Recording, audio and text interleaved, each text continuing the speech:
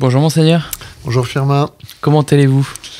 Eh bien, bien heureux d'être un peu à Laval, puisque j'ai passé quelques semaines un peu en dehors de Laval, enfin une semaine à Rome. Oui, c'était du 15 au 21 septembre, c'est ça? Vous étiez en vacances à Rome? Alors, pas tout à fait en vacances, c'était un peu excessif. C'était la session de formation des jeunes évêques.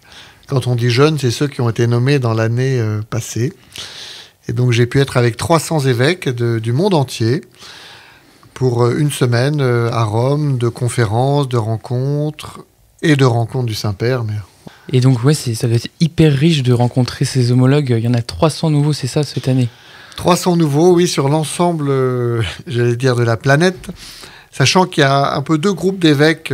J'ai découvert ça en allant, en fait, tout simplement à Rome. Un groupe qui dépend de ce qu'on appelle le dicaster des évêques, c'est-à-dire en gros les territoires dits de chrétienté, l'Europe et l'Amérique dans son entier, et puis un autre qui dépend du dicaster de l'évangélisation des peuples, en gros là aussi l'Afrique et l'Asie. Et donc pour la première fois cette année, ces deux groupes ont été formés ensemble, et même ont eu 2 journées communes. Donc c'était l'occasion de rencontrer des confrères africains, des confrères d'Asie, des confrères de Singapour, et bien sûr d'Amérique latine, et un Allemand. Ça doit être bien de prendre la hauteur comme ça, c'est de voir aussi que dans d'autres diocèses, il y a des réalités quand même bien différentes. Tout à fait. Ça a été l'occasion d'abord de prendre conscience du collège épiscopal, comme on dit. Le collège épiscopal, donc c'est l'ensemble des évêques. Il paraît que nous sommes 5000 dans le monde actuellement. Et donc là, nous étions 300, venus du monde entier. Et je n'ai pas pu m'empêcher de penser un peu au collège apostolique, c'est-à-dire au collège des apôtres, et il n'était que 12, très différents, j'allais dire comme on était ces 300 évêques, de culture, d'âge, et puis certainement de caractères différents. C'était assez touchant même. On priait le matin, donc on priait l'office des laudes, et puis on célébrait la messe, et j'étais souvent au fond de la chapelle, et donc de voir, alors certes, toutes ces petites calottes violettes qui étaient devant moi, mais au-delà de ça, derrière chaque calotte, il y avait une église, il y avait des questions, une façon d'annoncer l'évangile, des problématiques parfois douloureuses. J'ai eu la grâce de pouvoir rencontrer l'évêque d'Homs, par exemple, en Syrie, qui a passé 2 séjours en prison, les prisons de Daesh. Très touché aussi par les évêques d'Haïti, Haïti, donc dans la situation que vous connaissez, c'est-à-dire une déliquescence de l'État, et qui se posait même la question comment aujourd'hui arriver à rendre compte de notre espérance dans la situation qu'est Haïti. Bien sûr, ils étaient là, ils étaient présents auprès des personnes, mais des problématiques qui, quelque part, relativisent un peu nos problématiques mayennaises. Et en même temps, beaucoup d'échanges avec les uns, les autres. Je pense aussi à un évêque du Canada, qui avait un accent, parce qu'il était francophone, chantant, qui m'exprimait comment, depuis 25 ans, par exemple, il n'y a pas eu d'ordination sacerdotale dans son diocèse, et comment il continuait à avoir cette espérance. C'est très beau. Je me faisais justement la réflexion lors de votre ordination en mars dernier, mais en fait, on n'apprend pas à devenir évêque. Enfin, c'est compliqué. Vous arrivez, vous passez de prêtre à évêque. Et est-ce que cette semaine-là, c'était un peu aussi pour justement un peu apprendre au regard aussi des autres évêques à devenir évêque, ouais. Oui, certainement qu'il y a un peu ce désir du dicaster pour les évêques de pouvoir offrir aux jeunes évêques un temps, je dirais, d'alerte plus que de formation. D'alerte au sens positif, c'est-à-dire d'attirer notre attention sur des problématiques qui peuvent traverser notre façon d'être évêque et qui peuvent être un peu étonnantes. On a eu une journée entière sur la culture digitale et sur l'intelligence artificielle, pour dire quel est le rapport étonnant, ouais, avec la charge d'évêque. Mais je crois que c'est très intéressant parce que ça nous permet de prendre conscience que le peuple de Dieu auquel on est envoyé est traversé par cette culture nouvelle, culture digitale. En fait, nous avons tous dans nos sacs, dans nos poches, ces smartphones. Peut-être que nous ne mesurons pas suffisamment comment ça transforme notre façon d'appréhender le monde, d'appréhender la foi, d'appréhender Dieu. Et donc, c'était assez passionnant. Alors, bien sûr, un peu dans une prospective, pas immédiate. C'est-à-dire que là, je n'ai pas reçu de cette journée sur l'intelligence artificielle des trucs pour pouvoir être évêque de Laval. Mais ça nous a ouvert à des questionnements, des problématiques qui, d'une certaine façon, vont être rejoints dans l'exercice de mon ministère. Tout à fait, parce que justement, j'avais vu cette formation sur les IA, je me dis, quelle Pourquoi en parler maintenant? On est au début de cette technologie. Bien sûr, on commence à voir déjà les potentielles dérives que pouvaient avoir les intelligences artificielles. Mais est-ce qu'il y a des richesses justement sur ces IA aujourd'hui? Alors c'est intéressant. Alors celui qui nous a présenté une de ses interventions était pas tant sur les dérives, il en a évoqué un peu à la fin de son propos, mais de considérer quelque part cette intelligence artificielle ou cette culture digitale un peu comme ces révolutions que nous avons déjà vécues. On pense à l'imprimerie par exemple, et que quelque part il nous faut aborder ces changements avec prudence, mais aussi en se disant qu'il y a de nouvelles opportunités.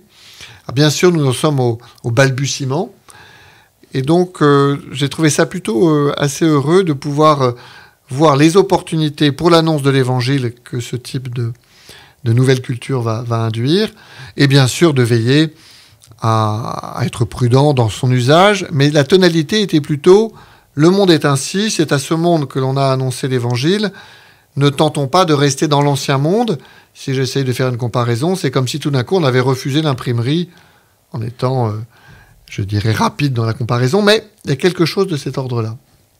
Et puis bien sûr, vous avez pu rencontrer le pape. J'ai pu voir passer une belle photo de vous avec le pape. Est-ce que ça a été rapide? Est-ce que vous avez un entretien avec lui? Comment ça se passe? Alors, l'entretien personnel est rapide. Nous n'étions pas les 300 ensemble, mais nous étions déjà 170 évêques. Donc chacun a pu saluer le pape, lui dire un mot au sens propre. Je lui ai dit très simplement « merci pour votre confiance ».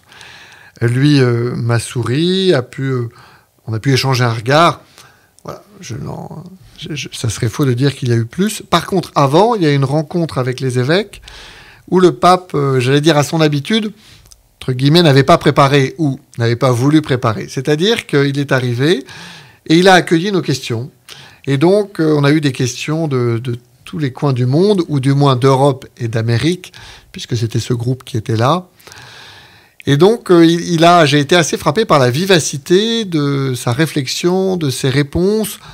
Alors, c'est difficile, hein, quand on a une quinzaine de questions non préparées, d'avoir une réponse, j'allais dire, du tac au tac. Eh bien, il était là, il était présent, et il a pu nous témoigner de sa vivacité et de son attention aux questions que nous avions. Et les questions en question, justement, elles abordaient quel thème? Des thèmes plutôt pastoraux? Alors les questions étaient, il faut bien l'avouer, beaucoup sur les problématiques, j'allais dire civiles, de guerre ou de situation des pays. Il y a des chrétiens d'Orient qui se sont exprimés. Et donc des questions qui, quelque part, étaient vraiment des questions existentielles, des questions de fond. Quelques questions, j'allais dire, sur la sécularisation d'un certain nombre, je pense aux États-Unis. Sécularisation, c'est-à-dire de ce monde qui semble se passer de Dieu assez facilement. Mais plutôt des questions existentielles. Et ça, c'était touchant. Et le pape a accueilli, a entendu, a prié, une très grande empathie. Et c'est une occasion aussi d'évoquer le synode sur la synodalité. Alors moi, je me mets à la place de nos auditeurs, j'imagine que personne ne doit comprendre ce mot. Est-ce que déjà vous pourriez nous l'expliquer, le synode pour la synodalité, en quelques phrases? Alors, quelques phrases. Un synode, c'est une instance qui a été promue par le Concile Vatican II. Un synode, c'est un rassemblement d'évêques et aujourd'hui aussi de fidèles laïcs, consacrés ou non. Et donc, le Concile Vatican II a voulu que le pape puisse être aidé quand il le souhaite, selon les modalités qu'il souhaite, par cette instance qu'est le synode. Donc en fait, le pape a voulu solliciter le synode, qui est une réalité qui s'est déjà exprimée, par exemple, sur les vocations, sur la formation des prêtres, sur la mission, sur la famille. Là, il a voulu demander au synode, c'est-à-dire à ses évêques, d'exprimer un avis, de réfléchir, de prier sur la façon d'exercer le gouvernement dans l'Église. D'où le terme un peu redondant, synode sur la synodalité. C'est-à-dire comment nous, dans l'Église, nous allons essayer de veiller à une culture nouvelle où chacun va pouvoir prendre sa part, où nous allons pouvoir être disponibles ensemble à l'Esprit Saint en vue de la mission. Le pape est très clair, ce synode, c'est-à-dire ce rassemblement d'évêques qu'il a souhaité, c'est en vue de la mission et en se disant il nous faut changer peut-être notre façon de gouverner. Alors c'est pas la révolution, mais c'est de se dire comment, on pourrait dire en d'autres termes, la communion des états de vie, ou comment tout baptisé peut apporter sa pierre pour la mission. La particularité de ce synode, c'est qu'il en a voulu 2. Un qui a eu lieu l'année dernière et un deuxième, qui a priori est le dernier, qui a lieu là, en ce moment, à Rome. Une fois ce synode rassemblé pendant un mois, il va donner des textes au pape, et le pape va rédiger ce qu'on appelle une exhortation apostolique post-synodale, donc après que le synode ait eu lieu, où lui-même va pouvoir s'être saisi de cette matière et pouvoir ainsi donner à l'Église un axe pour être toujours plus fidèle à ce qu'elle est, fondée par Jésus-Christ. Et cette publication aura lieu à peu près du coup dans 1 mois, 2 mois, je sais pas. Alors, c'est le pape qui décide. Il faut un certain temps, comme dirait l'autre.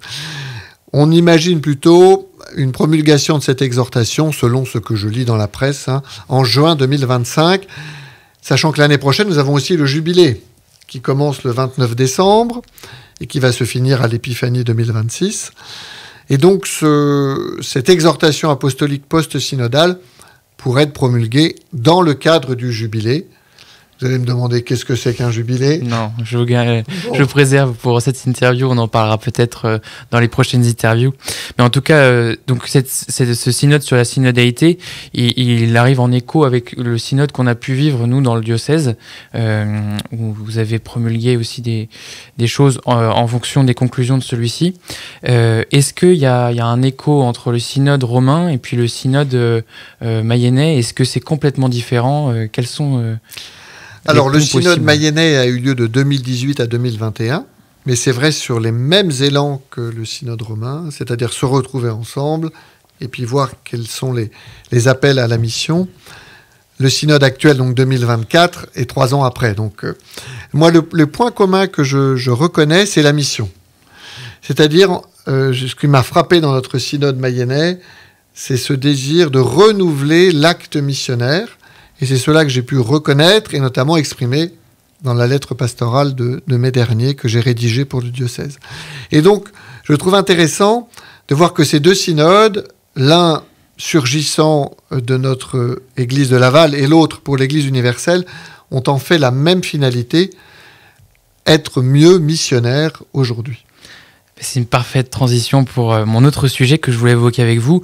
C'est donc au retour de Rome, le 23 septembre, vous étiez présent à la rentrée de l'école du diocèse. Et l'école du diocèse, c'est une école qui est adressée, qu'on envoie en mission un peu de façon forcée des laïcs. C'est pas un choix, c'est vraiment un envoi de l'évêque de laïcs pour qu'ils se forment. Et justement, j'ai fait un peu le tour, mais il y a eu l'école du diocèse, il y a la formation permanente qui propose plein de choses, il y a l'école de la mission qui va bientôt être créée. On sent vraiment que le diocèse veut que ces laïcs, et pas que, puissent se former. Est-ce que ça, c'est prégnant dans vos volontés ? Oui. Se former... Alors la difficulté, c'est que parfois les termes ne peuvent pas tout dire. École, on a l'impression de se retrouver sur les bancs de l'école, d'avoir un stylo et puis de prendre des notes. Certes, il y a cet aspect-là, je dirais très concrètement, il y a des tables où on a un stylo ou un ordinateur. Mais fondamentalement, j'aime plutôt développer se mettre à l'école. C'est-à-dire que venir se former, c'est se mettre à l'école du seul maître, qui est Jésus-Christ, et se mettre à l'école avec tout notre être. Certes, notre intelligence, mais aussi nous ne sommes pas tronçonnés, c'est-à-dire ce que nous allons découvrir en cherchant, en lisant, en interrogeant, va aussi impacter notre façon d'être. Moi, j'aime bien inviter, et je l'ai fait lors de l'ouverture de l'école du diocèse, inviter à être des chercheurs. Mais pas des chercheurs, je dirais, pour chercher, si j'ose dire, mais chercher pour être dans une disponibilité toujours à la nouveauté, à une nouvelle façon de pouvoir dire l'Évangile. Et ce qui va être vrai intellectuellement va aussi toucher, je crois, notre façon d'être, humainement, fraternellement, pastoralement. Je suis vraiment attentif à ne pas saucissonner les personnes. Et puis, se former, c'est éviter de s'annoncer soi-même. Parce que certains vont me dire, mais on n'a pas besoin de se former, l'important, on y va, on parle de Jésus. Oui, mais à force de faire tourner des slogans, en fait, au final, on va juste s'annoncer soi-même, ou alors notre message va être un peu creux, un peu vide, et n'aura pas grand intérêt. Et donc, se former, c'est aussi se mettre en disponibilité pour accueillir sans cesse la nouveauté de Jésus et sans cesse pouvoir l'annoncer à ceux que nous côtoyons. Parce qu'en fait, vous avez promulgué l'espace missionnaire, vous l'avez créé pour le Nord-Mayenne.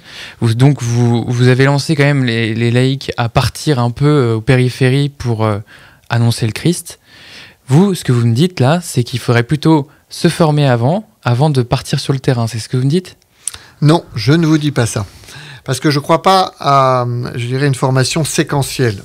Séquentielle, ce que vous venez de dire, il faudrait se former, et une fois qu'on est bien formé, on va annoncer l'évangile. On n'annoncera jamais l'évangile, parce qu'on ne sera jamais suffisamment formé. Je crois, j'avais presque dit au contraire, qu'il nous faut faire les choses en même temps. C'est-à-dire qu'il nous faut certes nous former, mais aussi faire l'expérience de la mission. Et avoir confiance, profondément, dans ce que l'Église appelle le sensus fidei. Qu'est-ce que c'est que le sensus fidei ? C'est le sens de la foi qui nous est donné au baptême. C'est-à-dire que par le baptême, nous avons reçu en nous comme cette connaissance un peu intuitive de Dieu qui nous permet d'en témoigner. Peut-être pas de façon très développée. Et donc, il me semble important de faire cette expérience. C'est-à-dire, même si on n'est pas très bien armé, de se dire j'y vais, je parle de Dieu, de mon expérience de Dieu. Et en même temps, de former cette expérience pour avoir les mots justes qui vont toucher le cœur de ceux que nous allons rencontrer. Donc tenir les deux ensemble et en même temps. Alors c'est jamais totalement ensemble, c'est jamais totalement en même temps, mais surtout pas du pur séquentiel qui malheureusement n'arriverait peut-être jamais à annoncer Jésus-Christ. Je voulais, dans un autre sujet, aborder justement une mission qui n'est pas beaucoup mise en lumière. À Pontmain, le 20 octobre prochain, il y a le rassemblement provincial des servants et des servantes de la liturgie. Donc on va pouvoir, les servants et servantes de la liturgie vont pouvoir se rassembler à Pontmain pour vivre 2 jours ensemble. Vous serez présents avec les autres évêques de la province. En quoi cette mission, un peu parfois cachée, est précieuse pour notre Église ? Alors, souvent pas si cachée, parce que en fait, les servants d'autel et les servantes de la liturgie, on les voit, ils ont une tenue particulière. Je crois qu'il faut se revenir à ce qu'est la liturgie. La liturgie, c'est d'abord l'œuvre de Dieu, c'est d'abord Dieu qui agit. Mais c'est aussi la manifestation de l'Église. C'est-à-dire que l'Église, lorsqu'elle célèbre la messe, elle se rend présente, elle se manifeste, elle se rend visible. Bien sûr, il y a le prêtre qui a une place, particulière. Il y a aussi l'assemblée, qui en fait œuvre dans la liturgie. Et puis, il y a tous ceux qui vont aider à ce que cette liturgie se déploie. Et les servants d'autel, comme les servantes de la liturgie, ont ce rôle. C'est-à-dire qu'ils vont aider à ce que l'assemblée prie, à ce que le prêtre puisse réaliser aussi son service. Et donc, c'est quelque part des facilitateurs de la manifestation de l'Église. D'une certaine façon, ce n'est pas d'abord eux que nous devons voir.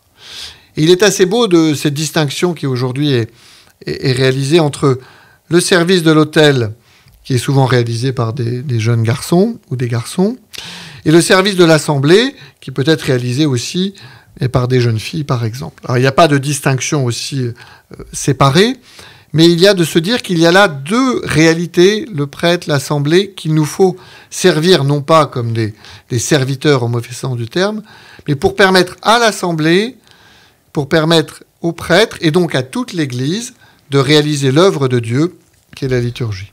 Et vous avez été servant d'autel ou pas ? Alors, je n'ai jamais été servant d'autel. Je me souviens encore de ce premier jour au séminaire où j'ai servi la messe pour la première fois. Alors, sans avoir été servant d'autel, on voit à peu près ce qu'il faut faire, mais je n'avais pas, l'usage fluent. C'était un peu tâtonnant. Là, je crois la force de ce beau service de l'autel, c'est aussi de mettre en contact ces jeunes garçons, ces jeunes filles avec le mystère de Dieu, tel que j'ai pu l'évoquer précédemment. Bien sûr, en étant plus proche de l'autel, mais aussi en entrant dans la façon dont la liturgie se déploie. Il y a quelque chose de très pédagogique pour eux, et de pouvoir ainsi prier aussi en agissant, ce qui n'est pas toujours si simple quand on a 8, 9, 10 ans, de prier, en restant un peu statique. Donc il y a un très beau service, et aussi leur est donné la possibilité de toucher Dieu de plus près. Oui, c'est exactement ce que j'ai ressenti parce que moi, personnellement, j'ai été servant pendant de nombreuses années et beaucoup de petits garçons qui étaient très turbulents dans l'église, dès qu'ils étaient servants, ils étaient très attentifs, très justement dans cette pédagogie en ayant ces autres rôles, le sérophéraire, acolyte avec tous ces mots barbares. Donc, oui, il y a des mots pour décrire, très, comme très dans riche. Tout groupe, il y a des particularités pour décrire les missions. Oui. Et donc, moi, comment est-ce que je fais pour me faire connaître? Comment est-ce qu'on rentre? Comment on devient servant d'autel, servante de la liturgie? La question est assez simple. Je dirais il y aurait 2 chemins. Peut-être d'aller voir un de ses camarades qui l'est déjà. Il y a pas comment t'as fait. Et sinon, plus simplement, d'aller voir le prêtre à la fin de la messe. Peut-être d'aller voir le sacristain éventuellement, ou la sacristine. Et de dire, moi aussi, j'aimerais participer. Et puis là, je dirais comme dans toute activité, il y a un programme, il y a des inscriptions. Et donc, c'est quelque chose de très simple. Il me semble que le point d'attention qui n'est pas systématique, c'est d'avoir fait sa première décommunion. Pour pouvoir participer. Par la première décommunion, en fait, on participe pleinement à la messe, on communie. Et donc, on est à même ensuite de pouvoir servir l'autel. Alors, c'est pas systématique, mais ça me semble être un bon point d'attention. Et le dernier sujet que je voulais évoquer avec vous, c'est donc on a une grande joie de participer à l'ordination diaconale de Jean-Michel Sartre. Déjà, c'est une grande joie pour notre diocèse, j'imagine. Et oui, tout à fait. Je suis ordonné évêque depuis 6 mois et je vais déjà avoir la joie de pouvoir ordonner un futur prêtre, puisque Jean-Michel sera ordonné diacre en vue du sacerdoce. C'est pas rien de pouvoir donner ce sacrement. Le sacrement de l'ordre est réservé, entre guillemets, aux évêques. Et nous, évêques, nous ne le donnons pas si souvent aujourd'hui. Donc j'ai la grâce de pouvoir le faire dès le début de mon épiscopat. Et cette ordination, donc, elle est en vue du sacerdoce. Je la comparais un peu avec les fiançailles, mais on m'a dit non, il ne faut pas comparer parce que les fiançailles, ça peut être rompu et c'est quand même un engagement qui, lui, va être définitif, c'est ça? Exactement, oui. Je ne crois pas qu'on puisse comparer l'ordination diaconale avec les fiançailles parce qu'à l'ordination diaconale, celui qui est ordonné diacre s'engage au célibat pour toujours. Il s'engage aussi à prier le bréviaire. On l'oublie un peu, ça. Et c'est-à-dire que ce sont des engagements définitifs et qui lient, je pense, le célibat, c'est-à-dire de choisir de vivre l'amour humain en étant continent, dans la chasteté. C'est possible. Et puis, le bréviaire, la liturgie des heures, c'est de s'engager à prier pour et avec l'Église. Donc, il y a un lien qui est déjà réalisé entre celui qui va être ordonné diacre et puis l'Église qu'il va servir. Quand vous dites ordonné diacre, en fait, on ne sait pas vraiment ce que ça veut dire ordonner, ordre, on sait pas. Alors, ordonner, c'est vrai que l'expression peut être un peu difficile à appréhender. Ordonner, c'est-à-dire qu'on va entrer dans l'ordre des diacres. L'ordre, c'est un groupe. Voilà, il y a l'ordre des diacres, l'ordre des prêtres, il y a l'ordre des évêques. Il y a aussi l'ordre des vierges consacrées. Dans le temps, il y avait l'ordre des veuves. Il y a l'ordre des catéchumènes.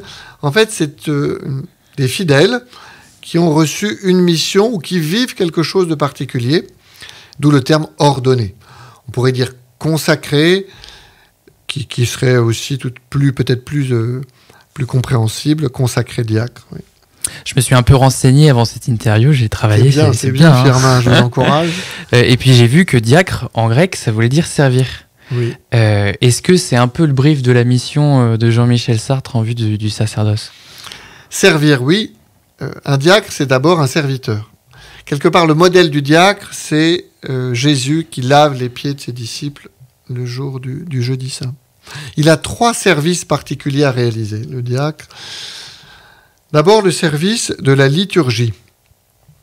Ce que j'ai évoqué précédemment pour les servants d'autel ou les servants d'assemblée, quelque part, Jean-Michel va le réaliser particulièrement pendant toutes les liturgies auxquelles il va participer. Donc le service de la liturgie, notamment en proclamant la parole de Dieu, mais aussi en veillant à ce que les uns les autres puissent entrer dans ce mystère, comme je l'ai évoqué précédemment. Ensuite, il y a le service de la parole, qui est parfois le plus évident. Le diacre prêche, le diacre préside des célébrations de la parole de Dieu, que ce soit le baptême, que ce soit des obsèques. Et donc, il est celui qui va rendre la parole de Dieu accessible. Il va être serviteur de la parole de Dieu. Et puis enfin, le diacre est au service des plus pauvres. C'est-à-dire qu'il va avoir une attention particulière à tous ceux qui sont un peu, le pape François dirait, en périphérie, mais pour plein de raisons. Tous ceux qui ne peuvent pas rejoindre la communauté paroissiale de façon facile. Les malades, les prisonniers, les plus pauvres, tous ceux qui sont un peu exclus ou qui ne se sentent pas accueillis. Et donc, il a ce rôle-là pour pouvoir constituer le peuple de Dieu. J'aime bien aussi rappeler que l'Église n'ordonne prêtres que des diacres. C'est-à-dire que l'Église demande à tous ses prêtres d'avoir été un temps uniquement diacres au service de la liturgie, de la parole et des plus pauvres. Comme quelque part pour dire que l'essence du ministère de prêtre, c'est d'être serviteur. Avec un service qu'à l'ordination sacerdotale, le prêtre va recevoir nouveau, de pouvoir sanctifier, annoncer, gouverner le peuple de Dieu. On pourra en reparler au mois de juin prochain. Mais en étant vraiment et profondément serviteur. À chaque ordination diaconale, tous, prêtres et évêques, nous nous rappelons que nous avons été ordonnés diacres et donc serviteurs. C'est bien de se rappeler aussi que vous, Monseigneur, vous avez été diacre un jour. Ça donne une vraie perspective. Oui, j'ai été diacre un jour et même, alors c'est un détail liturgique, mais pour l'ordination diaconale de Jean-Michel, je revêtirai même en dessous, ça ne se verra pas forcément, une petite dalmatique. La dalmatique, c'est l'habit des diacres. Les prêtres, ils ont la chasuble, le poncho. Et donc, je le revêtirai, cette dalmatique, je la revêtirai pour manifester aussi que je suis diacre. Ce que je réalise particulièrement, comme je l'évoquais aussi au Jeudi Saint, lorsque je lave les pieds en dalmatique, pour le coup, eh bien des fidèles qui sont là en mémoire de ce qu'a fait Jésus. Et est-ce que cette mission, elle diffère entre le diaconat en vue du sacerdoce et le diaconat permanent qu'on peut connaître dans nos paroisses avec des diacres qui, eux, sont mariés? Non, c'est exactement la même mission. C'est intéressant, nous, en France, on dit diaconat permanent et diaconat en vue du sacerdoce. En Italie, par exemple, on parle de diaconat transitoire pour les diaconats en vue du sacerdoce. Quelque part, et le diacre, lui, est ordonné diacre. Alors, on dit permanent aussi en Italie pour faire la distinction, mais c'est exactement le même ministère. Et même, je rêverais, grâce à Dieu peut-être, d'ordonner diacre en même temps, un diacre permanent et un diacre en vue du sacerdoce, pour bien montrer que c'est la même mission. En tout cas, apparemment, le cérémonial le permet. Ah oui, oui, et même ça serait, je trouve, très heureux.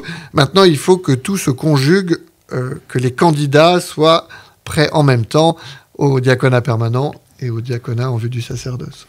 Et pourquoi une ordination en paroisse? Parce que j'en ai très étonné que ce soit dans l'église Saint-Rémy de Château-Gontier. Eh bien, je trouve... cette ordination aurait pu avoir lieu à la cathédrale, bien sûr. L'ordination sacerdotale aura lieu à la cathédrale. Mais je trouve que ça manifeste le rôle du peuple de Dieu. Jean-Michel a été dans cette paroisse de Château-Gontier pendant 2 ans. Et donc, il a créé des liens avec les paroissiens. Et il est ordonné pour les paroissiens. Il est ordonné, et donc, pour le peuple de Dieu. Et que cela se passe dans ce lieu où il s'est engagé pastoralement, ce lieu où il va rester encore toute cette année, eh bien, je trouve que c'est très suggestif. Et ça dit bien qu'on n'est pas ordonné pour soi, qu'on n'est pas ordonné au-dessus, on est ordonné pour le peuple de Dieu. Merci Monseigneur pour tous ces sujets que nous avons pu aborder. C'était très riche et très instructif. Bon, merci Firmin. À bientôt. À très bientôt Monseigneur.